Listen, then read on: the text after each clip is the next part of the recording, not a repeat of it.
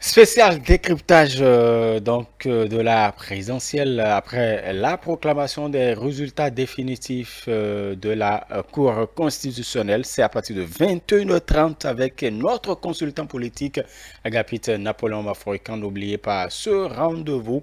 Vous avez droit maintenant à ça se discute avec mes invités en plateau. François Xavier Noumon, bonsoir. Bonsoir Romuald, oui, bonsoir à tous ceux qui nous suivent ici et ailleurs. Et voilà, vous êtes chroniqueur et puis Marofo Abiola Boussari, bonsoir. Bonsoir Romuald, oui, bonsoir chers téléspectateurs, bonsoir le plateau. Voilà, Stanislas nous a rejoint, Stanislas Amor, bonsoir. Bonsoir Romuald, bonsoir à François Xavier, bonsoir à Marouf aussi. Voilà. François Xavier Noumon, sans grande surprise, la Cour constitutionnelle a procédé donc à la proclamation des résultats définitifs après donc ce provisoire. Aucun recours n'a été formulé par le duo de candidats qui est en compétition pour le scrutin du 11 avril.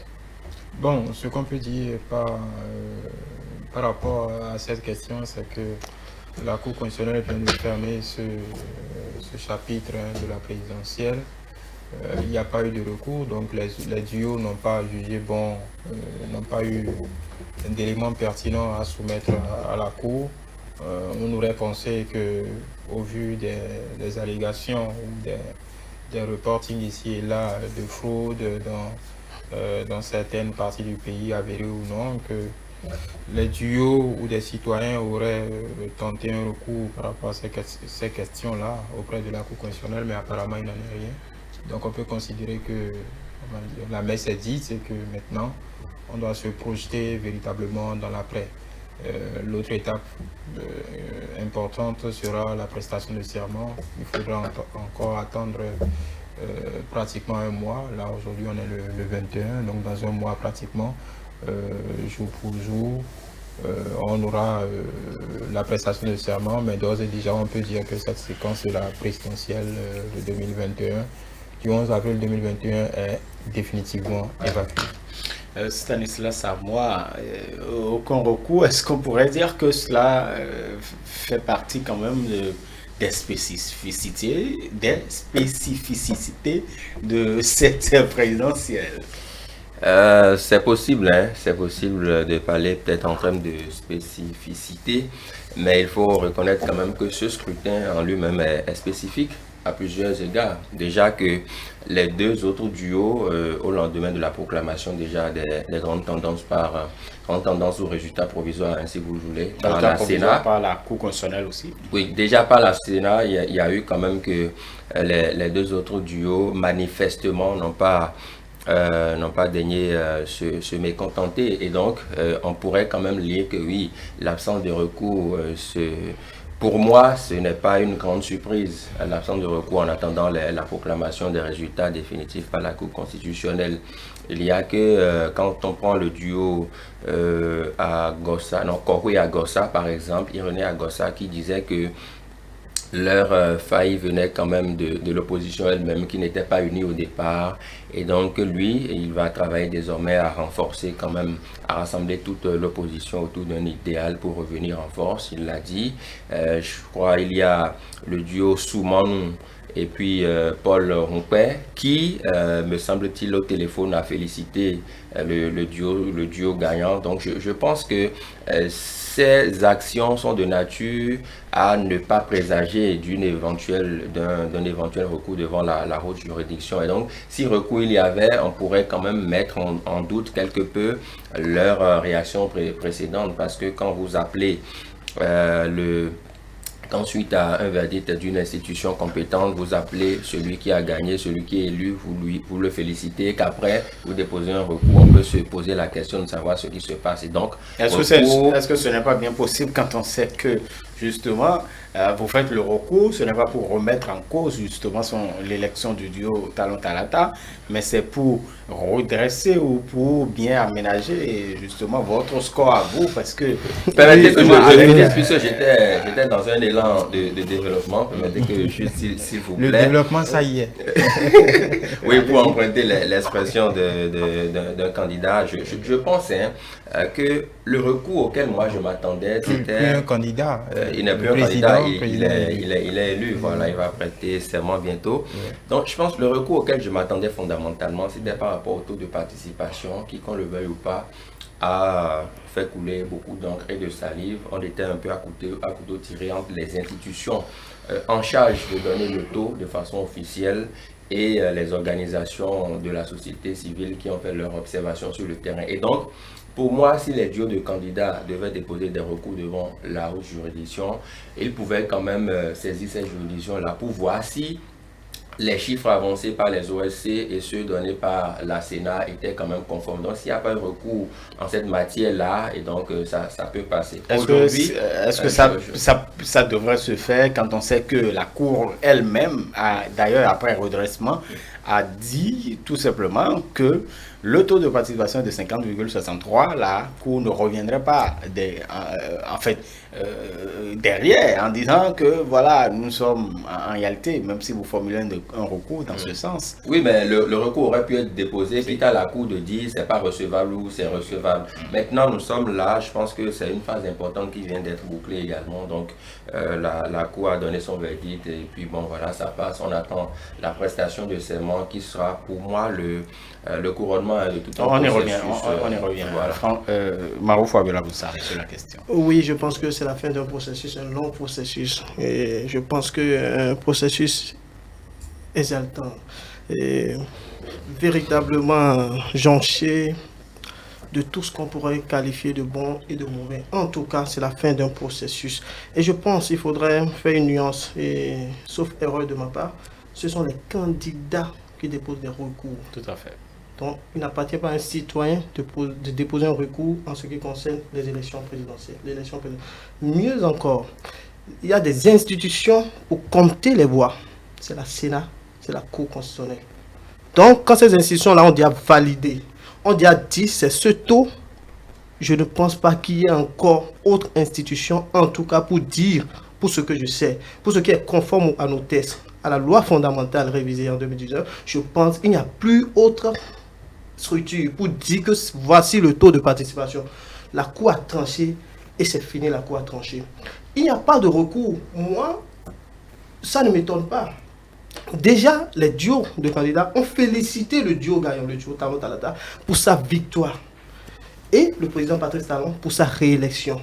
Mieux, d'autres ont fait savoir c'est l'adhésion quand même des citoyens à ce qui se fait depuis 2016, au processus mis en place depuis 2016, au développement enclenché depuis 2016 et à tout ce que nous voyons nous aussi.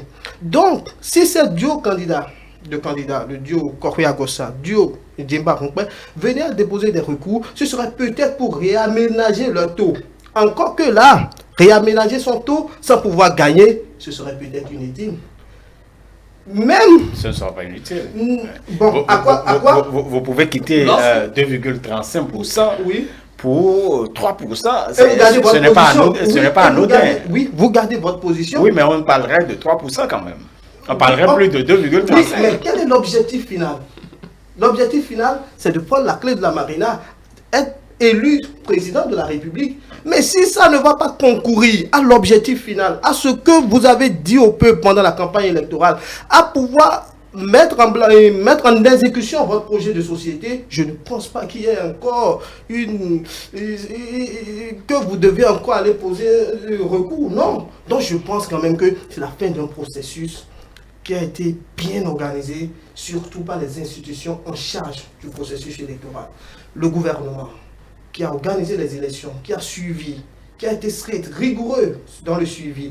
La Sénat, qui a aussi mis tout en œuvre pour que les élections se déroulent en toute quiétude, dans la paix. Les citoyens sont partis voter. La Cour constitutionnelle qui vient proclamer les résultats comme cela se doit, en suivant les tests de la République, je pense que tout a été organisé avec maestria.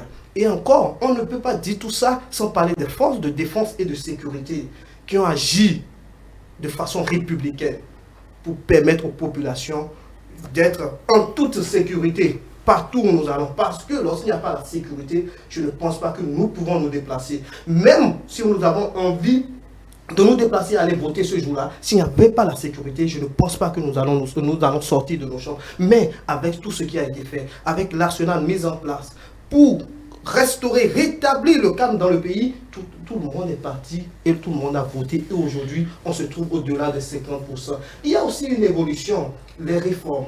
Les réformes là qui... Cette élection a été particulière. On y viendra. François Xavier Noumon, justement les institutions qui interviennent, nos institutions qui interviennent quand même dans l'organisation des élections, notamment de l'élection présidentielle, nous avons quand même observé tout au long quand même de ce processus. Quand même, il y a eu une certaine sérénité qui est observée au niveau de ces institutions, malgré que les acteurs politiques se chamaillaient. Il y avait un certain nombre de en fait, pas perturbations, il y avait quand même un certain nombre de mouvements, mais cela ne branlait donc ces institutions. Ce qu'on peut dire, c'est que chacun s'est tenu à jouer son rôle, et ça c'est... disons, c'est au bénéfice de l'architecture institutionnelle en place au Bénin. Chacun s'est strictement tenu à jouer son rôle, de la Sénat à la Cour constitutionnelle, en passant par le COSLEPI. Chacun a pu tenir son chronogramme et rester, on va dire, ferme et d'aplomb par rapport aux tergiversations, au débat politique qui pouvait parfois peut-être remettre en cause ce qu'ils avaient comme mission. Et ça, je pense que c'est au bénéfice.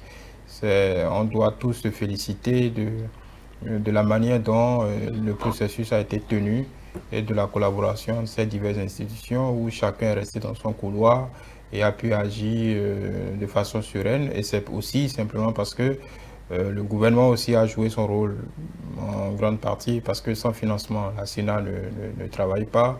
Sans financement et sans moyens, la Sénat, le COSLEPI ne bouge pas. Sans budget de fonctionnement, je pense que tout est arrivé à point et à temps pour que chacun puisse jouer sa partition. Et je pense que en tant que collectivité, nous pouvons tous nous en féliciter.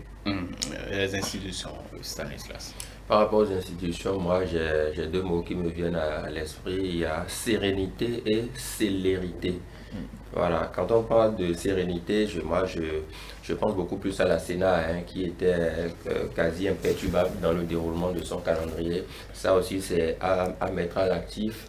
Je pense de l'institutionnalisation de cette institution. On sait que la Sénat, elle a fini son mandat de 7 ans avec le bouclage de cette élection présidentielle. Donc la Sénat qui a été installée en 2014, qui a connu les législatives de 2015, celles de 2019, les communales de 2020, la présidentielle de 2021. Entre-temps, la présidentielle de 2016 également. Donc, je crois, voilà l'une des réformes majeures qu'on pourrait retenir par rapport à l'institutionnalisation de la Sénat. Voilà, elle est permanente et puis elle fait son travail sans coup ferré. Donc, Tiando et ses pairs ne se sont pas laissés emballer par les tempêtes qui se soulevaient ci et là au niveau des acteurs politiques qui pour dénoncer telle chose, qui pour clamer son mécontentement. Non, ils étaient imperturbables, ils déroulaient le calendrier. C'est à mettre à leur actif aussi parce qu'ils sont dans le pays, ils ont peut-être leur penchant, ce sont des êtres humains, ils ont leur penchant pour tel ou tel duo, mais ils ne se sont pas laissés, ils ont été quasiment au-dessus de la mêlée. Moi j'ai aimé ça, donc c'était la sérénité, la célérité parce que le calendrier n'a pas été perturbé, donc ils l'ont déroulé suivant le programme. Il n'y a pas eu un point de presse au cours duquel Tiando a dit bon, pour raison de telle chose on va décaler d'une semaine ou de 2 semaines. Non, chaque étape à chaque étape, toutes les dates qui avaient été annoncées dans le calendrier ont été respectées à la lettre. Je pense que sur cet aspect-là, on peut quand même les féliciter. Ce n'était pas du tout gagné d'avance dans le contexte actuel, avec également la pandémie du coronavirus qui a bousculé les habitudes et qui aurait pu justifier tel ou tel léger report. Donc je pense que c'est à mettre à leur actif. Et puis la Cour constitutionnelle aussi, qui je pense, après la proclamation des résultats par la Sénat, qui je crois 48 heures après déjà est sortie pour donner les résultats provisoires et maintenant aujourd'hui les résultats définitifs. Donc c'est allé vite et je pense aussi que le peuple béninois, le peuple électeur, a compris pour en tenir qu'à ça, le peuple a compris que si on peut peut-être finir avec ça rapidement au premier tour et passer à autre chose, il faut y aller. Donc c'est ce que je retiens fondamentalement du fonctionnement des institutions qui pleinement ont joué leur rôle. Et il est à souhaiter que ceci nous serve toujours de jurisprudence pour qu'à l'avenir, les prochaines élections qui sont organisées, il y a un rendez-vous qu'on ne voit peut-être pas venir, mais déjà c'est 2023 avec les législatives. Donc je pense qu'on peut se tabler sur ça, sur ce qu'on a gagné en termes de capital confiance pour organiser les échéances futures, en essayant quand même de régler de peaufiner les quelques réglages qu'il y aura entre temps. Marofo Abdallah Boussari, il y a quand même, la cérémonie d'investiture, c'est bien le 23 mai, prochain. Beaucoup de choses attendent le Bénin en termes de défis d'enjeux. Le 23 mai qui, même si vous ne fêtez certainement pas, mais La Pentecôte. qui coïncide avec la Pentecôte et tout ça. Le 23 mai, c'est devant nous dans un mois. Oui, le 23 mai, ce serait un grand événement où le président de la République va prêter serment. Et c'est une formule que chaque président doit présenter, formuler avant, et il va décliner également un peu les défis auxquels son gouvernement fera face pendant le quinquennat prochain. Je pense que c'est un événement majeur parce que quand vous savez que les années passées, les gens avaient l'habitude d'attendre par exemple le 6 avril et autres. Et vous n'êtes pas sans savoir qu'il y a eu cette polémique également, alors que nos tests ont dit que c'est dépassé. C'est dépassé également. Donc le 23 mai, nous attendons que le président de la République, le chef de l'État, prête serment et décline et nous dévoile les grands défis de ce nouveau quinquennat. Parce que vous savez, c'est un nouveau débat, c'est une autre manche. Ce ne serait peut-être pas avec les mêmes hommes, mais ce serait... En fait, vous souhaitez que ça ne soit pas... Bon, on n'en est pas... Non, c'est pas évident, c'est un nouveau départ. C'est pas évident que ce soit avec les mêmes hommes, parce que en 2016, c'était avec une ferveur. 2021 maintenant, en temps, d'autres sont partis. Maintenant, c'est une autre ferveur, c'est une autre ambiance, c'est une autre harmonie, c'est un autre taux de participation. C'était 65 avant, maintenant ça s'établit à plus de 86%. Et ça montre quoi? L'adhésion du peuple béninois à ce qui se fait depuis 2016. Ça montre que les Béninois, chaque citoyen où il se trouve, veut la continuité des routes asphaltées, la continuité des routes bitumées et autres, la continuité du projet H, la continuité d'une bonne prise en charge sanitaire, la continuité dans le développement personnel également. Donc je pense que le peuple béninois veut voir le président Patrice Talon aller encore au-delà de 5 ans, faire le prochain quinquennat. Et ce jour de l'investiture, ce sera un grand jour pour à lui également de s'exprimer encore comme il sait bien le faire, à cœur ouvert à ce peuple. Vous m'avez encore donné un nouveau mandat. Vous m'avez encore donné 5 ans pour la gestion de ce pays, ce cher pays comme il aime le dire. Vous imaginez ce qu'il doit dire. C'est le commandant à bord. Et il va sûrement nous dire qu'il ne va pas nous décevoir. Très bien. François-Xavier Noumon, l'investiture, la prestation de serment, c'est quand même des moments solennels pour un pays. Oui, de toute façon... Si c'est une réélection. Oui, c'est une réélection, c'est quelque chose de symbolique et pas plus. Je pense que une prestation de serment, c'est avant tout pour le symbole, c'est pour inaugurer un nouveau mandat, une nouvelle période. Donc on aura à cœur spécialement, bon, c'est vrai qu'à l'occasion, il y a un discours, mais généralement,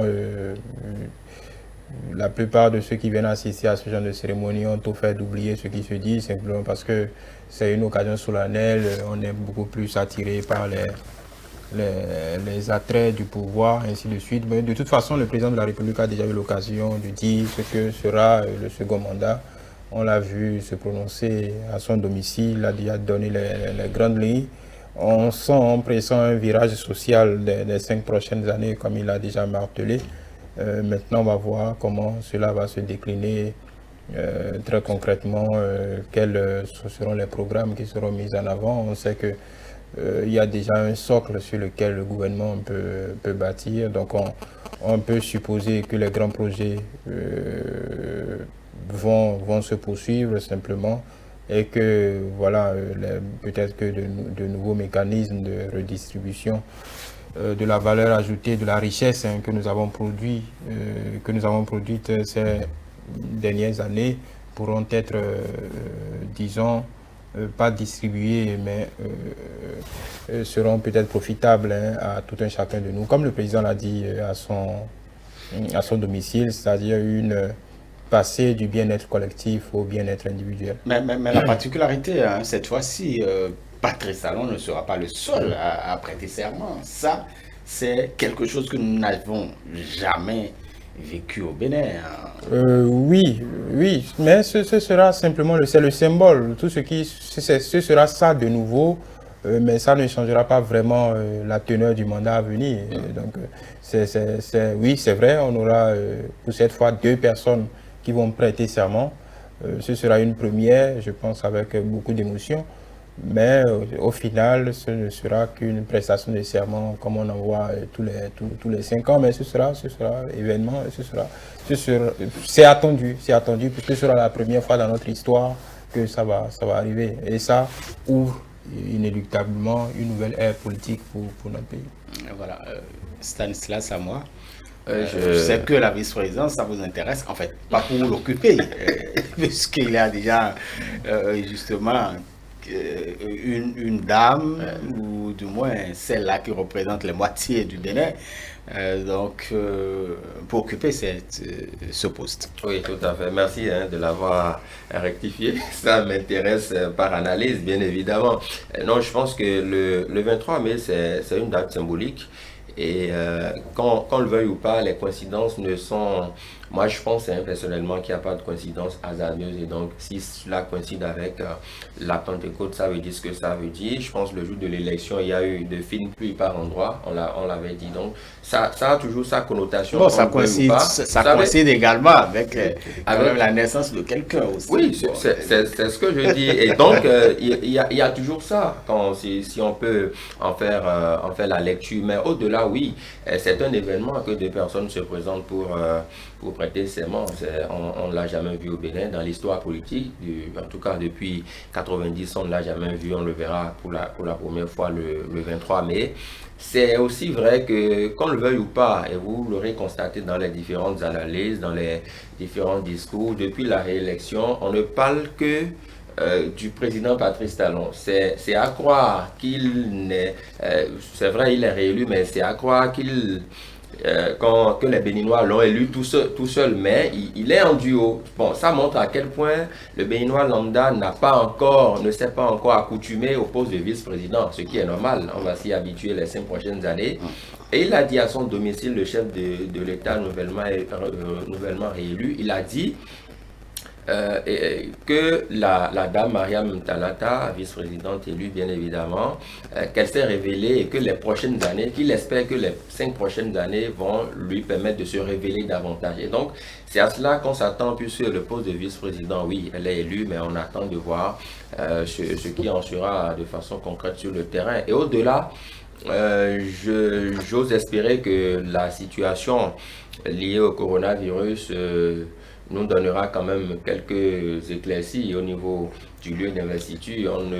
Je pense qu'on n'assistera pas à une foule comme c'était le cas en 2016. Il y aura forcément des restrictions par rapport à l'entrée et tout ça. Et comme à l'accoutumée, on aura une retransmission. Donc, ceux qui ne feront pas le déplacement pourront quand même rester chez eux. Donc, c'est pour dire que tout le monde n'a pas forcément besoin de faire le déplacement. Il y aura certainement des quotas et tout ça. Mais je voudrais une fois encore inviter les Béninois à écouter le chef de l'État. En 2016, je me rappelle, l'un des mots forts, il avait dit qu'il a pris la teneur de la situation et qu'il est prêt. Il l'a dit en 2016, je suis prêt lors de sa prestation de serment. Pour le job. Pour le job. Donc, quand il a commencé par agir, beaucoup se sont étonnés. Je n'ai pas compris. Donc, je souhaiterais qu'on l'écoute bien le 23 mai. Pour parce que vous estimez qu'on ne l'avait pas bien écouté. Oui, j'estime que beaucoup ne l'avaient pas bien écouté. Donc, ils se sont surpris en train de voir Patrice Talon en train d'agir. Mais il a dit, je suis prêt pour le job. Et donc, écoutons-le bien le 23, parce que dès le 24, quand il va commencer par agir, il ne faudrait pas dire, il n'avait pas dit ci, il n'avait pas dit ça. Donc, il faudrait qu'on qu'on cultive l'écoute des hommes politiques aussi. L'écoute, il insiste quand même. Oui, c'est vrai, vous savez, le président Patrice Talon, c'est beaucoup plus dans les actions, c'est beaucoup plus dans du concret, dans les réalisations. Ce n'est pas beaucoup de long test également. Vous avez vu la dernière présentation sur l'état de la nation, vous avez vu comment ça a été succinct, mais tout était dedans. Parce que c'était après une tournée de reddition de comptes, un exercice jamais effectué par un chef d'État au Bénin. Donc, il a commencé et après, il a fait un léger discours cohérent, propre, succinct. Et je pense que c'est beaucoup plus dans les actions. Et je pense le 23 mai, il aura un discours pour impacter positivement et ce que nous pensons, nous impacter positivement pour le nouveau quinquennat, nous dit dans toutes les lignes ce que sera ce nouveau quinquennat. C'est vrai que lors de la proclamation des résultats provisoires par la Cour constitutionnelle à son domicile, il avait déjà donné quelques pans de ce qu'il fera. Mais je pense que le jour-là également, il va mettre l'accent sur beaucoup de points et si nous l'écoutons, nous ne serons pas surpris de ce qu'il fait. Parce que c'est quelqu'un qui anticipe, c'est quelqu'un qui prévoit. Selon moi, en voyant de ma petite expérience, en voyant ce qui se fait, comment tout est organisé, non, je vous assure tout est méthodiquement bien organisé. Et je pense que dans ce discours qui sera fait le 23 mai, tout sera dedans pour que chacun ne soit pas étonné de ce qui se fera et de ce que le chef de l'État va faire, de sa posture en tant que président. Il y a également la vice-présidente. La vice-présidente, c'est la première fois que nous allons assister à une investiture de duo. Donc, où la vice-présidente également va prêter serment. Je pense que nous avons également, elle va sûrement aussi faire un discours, j'ose croire. En tout cas, pour le mandat, c'est le président Vafoua. Mais ce qui est important de retenir, que moi je retiens, c'est cette ascension fulgurante de la femme. C'est un message fort, c'est un signal fort à toutes les femmes du Bénin que s'il y a quelqu'un qui a pu le faire, il n'y a pas de doute, c'est que vous aussi, vous pouvez le faire. Donc, c'est un message, c'est pour dire aux femmes que vous avez le talent, vous avez ce qu'il faut juste vous efforcer un tout petit peu, travaillez un tout petit peu et soyez au bon endroit, au bon moment. Qui pourrait l'espérer? Aujourd'hui, Mariam Chabitaleta, vice-présidente du Bénin, je pense que c'est à applaudir. Et chaque femme, là où il se trouve, doit pouvoir dire, si elle a pu faire ça, c'est que moi aussi je peux le faire. Ça peut motiver d'autres. Ça peut motiver, et encore avec la discrimination positive dans les nouvelles réformes. Donc tout se fait pour que personne ne soit laissé sous le carreau. Je pense que tout se fait, tout est organisé pour que nous puissions véritablement décoller en termes de développement. Et le développement, ça y est. Et vous allez voir à partir du 23 mai, chose croire que nous avons véritablement décollé. François-Xavier Noumon, il y a ce dont parlait donc Stanislas Samoa. Est-ce qu'effectivement, vous aussi, vous avez cette appréhension qu'on n'avait pas bien écouté Patrice Talon en 2016 et qu'il faille l'écouter aujourd'hui? Non, je pense fondamentalement que personne ne s'attendait à ce qui allait arriver. C'est tout à fait normal. Je pense fondamentalement que ceux qui ont soutenu le président de la République savaient entre griffes à quoi s'en tenir, mais au fur et à mesure, on peut être pris de revers par la teneur et la machine mise en place. Il faut dire que le personnel politique était peut-être prêt, puisque c'est ça qui cristallise un peu tout ce qu'il y a comme frustration et qu'on a vu se mettre en branle ces dernières années. si le personnel politique était d'accord sur l'essentiel des réformes entreprises par le président Talon, ils ont été peut-être surpris par la célérité, la forme, les méthodes, parfois, on va dire, parfois un peu brutales. Beaucoup ont été pris à revers et au lieu, ils n'ont pas eu le réflexe de s'adapter à la dynamique en cours. Donc je pense que c'est ça qui a laissé un peu beaucoup de membres éminents du personnel politique sur le bord du chemin. Mais il n'en demeure pas moins que aujourd'hui, à la date d'aujourd'hui, beaucoup savent à quoi s'en tenir. On est dans un tournant, qu'on le veuille ou non, on est dans un tournant politique, ça se sent bien. Et ça, on ouvre, ce qui est en train de se passer aujourd'hui, ouvre peut-être une lucarne sur les 20 ou 30 prochaines années. Donc aujourd'hui, il appartient non pas simplement d'écouter ce que le président va dire à l'investiture du 23 mai, mais il appartient à chaque homme politique de savoir à quoi s'en tenir aujourd'hui s'il veut compter pour les prochaines années. Parce que n'oubliez pas que les élections législatives, c'est dans 3 ans. C'est déjà là, dans 2 ans, 23, c'est déjà là. Et ça, les prochaines élections législatives vont déterminer beaucoup de choses pour les présidentielles. Effectivement, parce qu'on ne va pas se priver du parrainage. À cause du parrainage. Donc, ça, ce qui est en train de se passer aujourd'hui ouvre une lucarne politique sur, on va dire, sur les 20 prochaines années.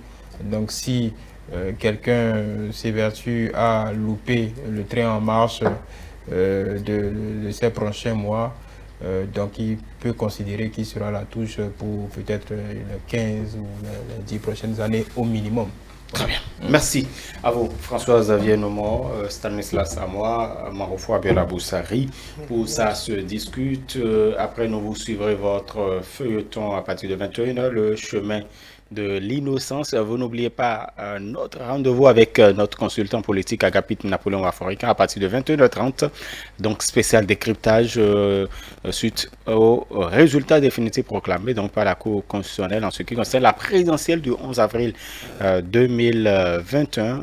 Restez nos fidèles, agréable suite de soirée. On vous retrouve tout à l'heure.